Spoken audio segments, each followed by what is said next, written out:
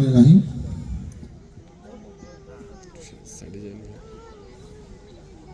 শহীদ president Ziaur রহমানের 89তম জন্মদিবস উপলক্ষে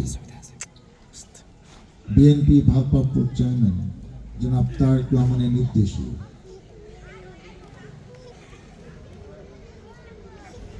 Jamaat this blood donation organisation কর্তৃক আয়োজিত আজকে এই শীতার্ত মানুষের মাঝে কম্বল বিতরণ অনুষ্ঠানে সভাপতি প্রার্থী এলেন 9 নম্বর ওয়ার্ডে সদস্য ইউপি সদস্য জনাব আনোয়ার হোসেন রানা, যার তত্ত্বাবধানে এই সংগঠনটি পরিচালিত হচ্ছে, যার তত্ত্বাবধানে আজকে অনুষ্ঠানটি সংগঠিত হয়েছে এবং যার সৌজন্যে এই কম্বল আজকে আমরা আপনাদের মাঝে দিচ্ছি। উপস্থিত আছেন যে প্রতিষ্ঠানে মাঠে আমরা এই অনুষ্ঠানটা করছি, এই প্রতিষ্ঠানের সম্মানিত পরিচালক ডক্টর মোহাম্মদ মনিরুল ইসলাম, উপস্থিত রাজনৈতিক দলের নেতৃবৃন্দ, সুধী মণ্ডলী এবং যাদের জন্য আজকে আয়োজন, এই শীতার্থ ভাই ও বোনেরা, আসসালামু আলাইকুম। প্রথমে আমি আবারও দুঃখ প্রকাশ করছি যে অনুষ্ঠানটা 11টায় শুরু হওয়ার কথা ছিল, এখনো আপনাদের হাতে কম্বল পৌঁছে নেই, 1.5 ঘন্টা হয়ে গেছে। আমি আপনাদের কথা দিয়েছি যে আমি আধা ঘন্টার মধ্যে এই সবাই যারা আছেন আমি নিজে হাতে সব কম্বল দিয়ে তারপর এখান থেকে আমি যাব। প্রথমে আমি ডেয়ারি ফার্ম নিয়ে একটু 2-4টি কথা বলতে চাই। আমার একটি ইচ্ছা হলো যে আমি ফেব্রুয়ারি মাসে একদিন এই পরিচালক মহোদয়ের নেতৃত্বে কর্মকর্তাদের সাথে একদিন একটু মত বিনিময় করতে চাই এবং কিছু প্রতিষ্ঠানে আমি ঘুরে ঘুরে দেখতে চাই। কারণ আগে আমি যখন 96 এবং 2001 সালে সংসদ সদস্য ছিলাম, অনেক স্মৃতি আছে, অনেক কিছু মনেও নাই, নতুন অনেক প্রতিষ্ঠান হয়েছে, সেগুলো আমি এক্স্যাক্টলি জানিও না। এই জিনিসগুলো জানলে আমারও কাজে দিবে, তাদেরও কাজে লাগবে। আমরা যদি কোনো কিছু করার থাকে এখন কিংবা আগামী দিনে সেই কাজগুলো হয়তো করতে পারবো। দ্বিতীয় একটা যৌক্তিক দাবি আমার কাছে মনে হলো যে নিরাপত্তা ব্যাপারটা, এই কয়েকজন আনসার দিয়ে এটা নিরাপত্তা তো হবে না। 800 একর জমির উপর যে প্রতিষ্ঠানটি, সেখানে কিছু নিরাপত্তা দেওয়া থাকে এবং সেই নিরাপত্তাটা যদি উনি যে সোলার লাইটের দাবি করলেন, আমি মনে করি এটা তার যৌক্তিক দাবি। অনেক আগে এটা আমাদের উদ্যোগ নেওয়া উচিত ছিল এবং এই ব্যাপারে প্রত্যেকটা সরকারি আন্তরিক ছিল, কিন্তু সরকারের কাছ থেকে কীভাবে আনতে হয় সেই কাজটা অনেকে ঠিকভাবে করে নেয়। তা আমি একটু এখানে বসে বসে খোঁজখবর নিয়েছি যে আমাদের বিভিন্ন জায়গা থেকে এটা নেওয়া কিংবা তদবির করে আনার সুযোগ আছে। যেমন জেলা পরিষদের তদবির করা যেতে পারে, ইউনো মহোদয়ের হাতেও আলাদা ফান্ড আছে, ইউনিয়ন পরিষদের হাতেও আমাদের 1% টাকা আছে। আমার মনে হয় যে এটা আমি এবং আমাদের সাথে যারা দলীয় নেতৃবৃন্দ আমরা এটা চেষ্টা করলে হয়তো খুব অল্প দিনে 2-1 মাসের মধ্যে হয়তো এটা ব্যবস্থা করা যেতে পারে। তো আমি আন্তরিকভাবে চেষ্টা করব যাতে এই আপনাদের একটা যৌক্তিক দাবি এবং নিরাপত্তার জন্য উনি যে কথা বললেন যে একজন রেগুলার না, এরকম একজন শ্রমিক এখানে নিহত হয়েছে। লাইট টাইট থাকলে কিন্তু অনেক সময় অনেক ঘটনা ঘটে না, অন্ধকারেই তো অনেক কিছু ঘটনা ঘটে। তো সেটার ব্যাপারে আমি আন্তরিকভাবে চেষ্টা করবো এবং আমি আশাবাদী যে এই সোলার লাইটের ব্যবস্থা আমরা ইনশাআল্লাহ করতে পারবো। আমি 2 মিনিট শহীদ রাষ্ট্রপতি জিয়াউর রহমানের সম্বন্ধে বলতে চাই। সেটা হলো উনি বগুড়া গাবতলী 1936 সালে জন্মগ্রহণ করেছে। আজকে আমার বয়স দেখেন 60 ঊর্ধ্ব, উনি 45 বছরে মারা গেছেন। যাওয়ার আগে কি করে গেছেন? উনি 65 সালে ভারতের সাথে পাকিস্তানের যুদ্ধ ছিল, তখন তো আমার পাকিস্তানে ইস্ট পাকিস্তান ওয়েস্ট পাকিস্তান, সেই যুদ্ধে গুরুত্বপূর্ণ ভূমিকার জন্য উনি পুরস্কৃত পেয়েছেন। 71 সালে উনি স্বাধীনতার ঘোষণা দিয়েছেন এবং পরবর্তীতে উনি কিন্তু মুক্তিযুদ্ধে অবদান রাখার জন্য শেখ মুজিবের হাত থেকে পুরস্কারও পেয়েছেন, বীরত্ব পুরস্কার। যেটা দ্বিতীয় পুরস্কার, যারা মারা গেছে 7 জন বীরশ্রেষ্ঠ, তারপরে নেক্সট ক্যাটাগরি পুরস্কার কিন্তু বীরত্ব। উনি রাষ্ট্রপতি ছিলেন, সেনাবাহিনীর প্রধান ছিলেন, এবং সবচেয়ে যেটা বড় যে জাতীয়তাবাদী দল আমরা যেটা করি, এই দলে উনি প্রতিষ্ঠা করেছেন। আজকে দেখেন এরকম একটি জনপ্রিয় দল, যে দলটা বারবার ক্ষমতায় আসছে, এবং আমরা আশা করছি, আমরা মনে করি আগামীতে জনগণের ভোটে এই দল আবার ক্ষমতায় আসবে। এরকম একটা দলের নেতা, এরকম একটা দল প্রতিষ্ঠা করা, এটা একটা বিরাট কথা। আজকে হাজার হাজার লক্ষ লক্ষ লোক আমরা এই দলের সাথে সম্পৃক্ত থাকে, এক একজন এক এক পদ ব্যবহার করে এই দলের চালানোর উপর আমরা চলতেছি এত বছর ধরে।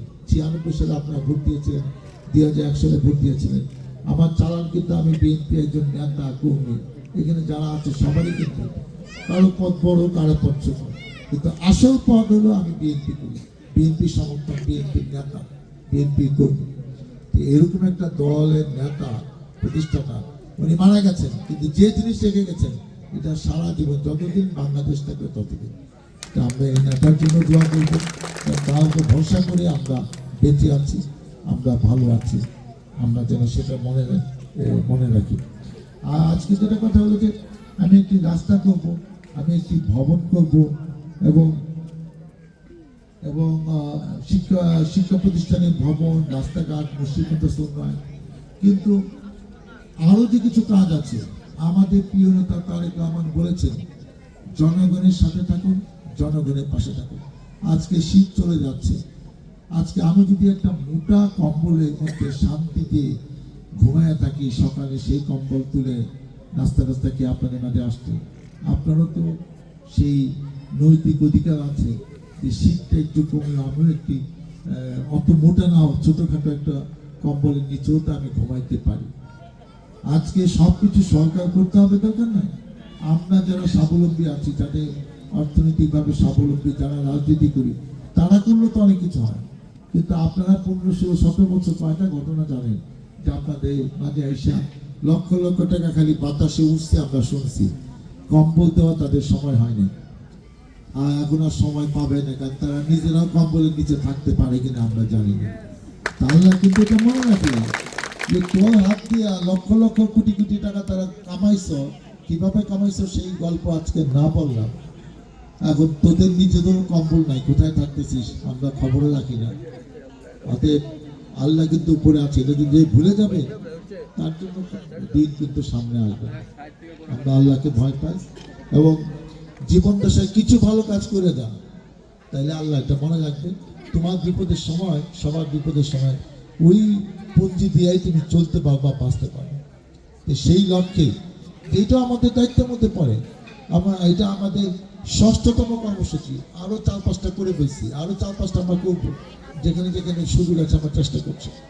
পরিশেষে আমরা চাই আগামী দিনে এই দল ক্ষমতায় আসতে, আমি যদি জনপ্রতিনিধি হতে পারি, আরও যা যা দাবি দেওয়া আছে সব দাবি দেওয়া আজকে করতে পারছি না, কিন্তু আপনি ভাববেন না আমি ওই 2টা স্কুলে যাবো, ওদের কথা শুনবো না, ওদের কিছু কমিটমেন্ট করবো না। স্কুলে করবো, এখানে তো দরকার নেই, শিক্ষকরা ওখানে আছে।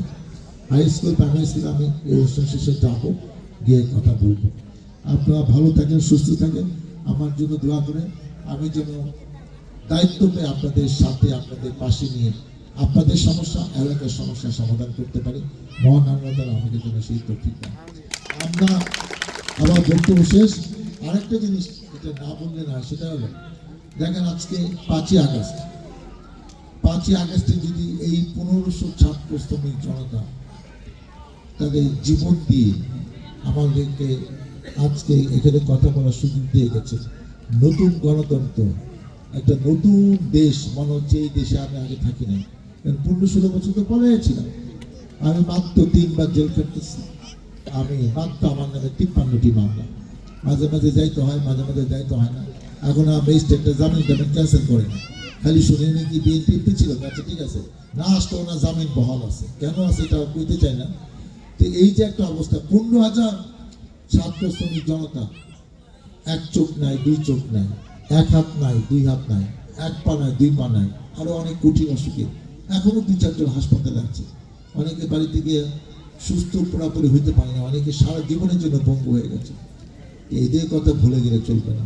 এই যদি আজকে আমরা শ্রাবণ গাজী যে যে জীবন চলে গেছে তার পরিচালক মহোদয় আসছিলেন, আমিও আসছিলাম, তাদেরকে আমরা কিছু আশ্বাস দিয়ে গেছি। এবং আমি কি টাকা দিলাম সেটা বড় কথা না, তাদের কথা মনে রাখতে হবে। তাদের নামে কোনো লাইব্রেরির নাম, কোনো ভবনের নাম, রাস্তার নাম, মোড়ের নাম দিতে হবে। এই কারণে দিতে হবে, তাদেরকে যদি আমরা সারা জীবন সম্মান না করি, আবারও যদি কোনো জালিম সরকার আসে, আন্দোলন করার জন্য কিন্তু লোক পাবেন না। তাদের জীবনটা ব্যর্থ হয়েছে এটা বলা যাবে না।